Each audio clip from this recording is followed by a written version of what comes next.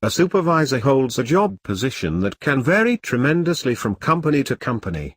In many businesses, the supervisor's job is to oversee the actual work the company produces, train new employees in their jobs, give performance reviews, and create work schedules.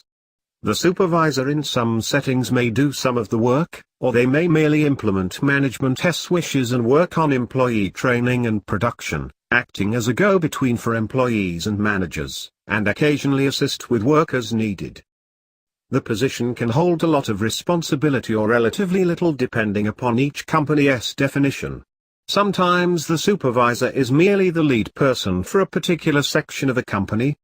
In sales, supervisors commonly are required to sell merchandise to, and occasionally, the title supervisor is given to trustworthy personnel in retail stores who handle a few more tasks than the average salesperson, like granting returns and doing the books for the night.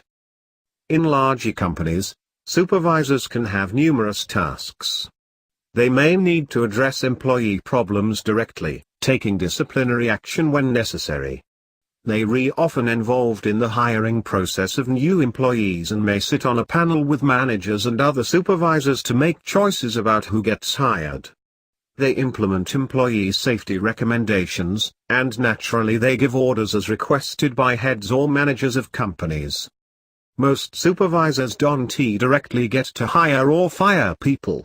At least they don't necessarily make the decision of who stays or goes at a company. Many do have the disagreeable task of conveying the news to employees that their services are no longer required, and may take care of any last-minute details associated with terminating a person's employment.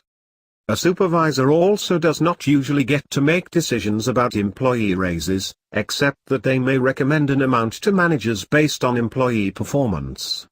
If a company decides not to give raises during a certain year, the supervisor can override this decision, since he or she doesn't have control over the budget.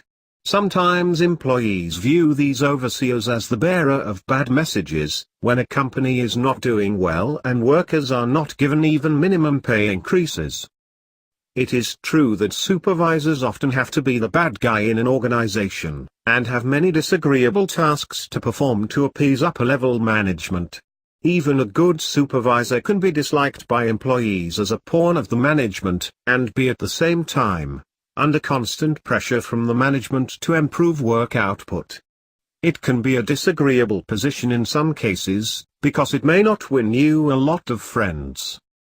The term middle management may refer to supervisors with a lot of power, but generally, this position is just a step above the average employee.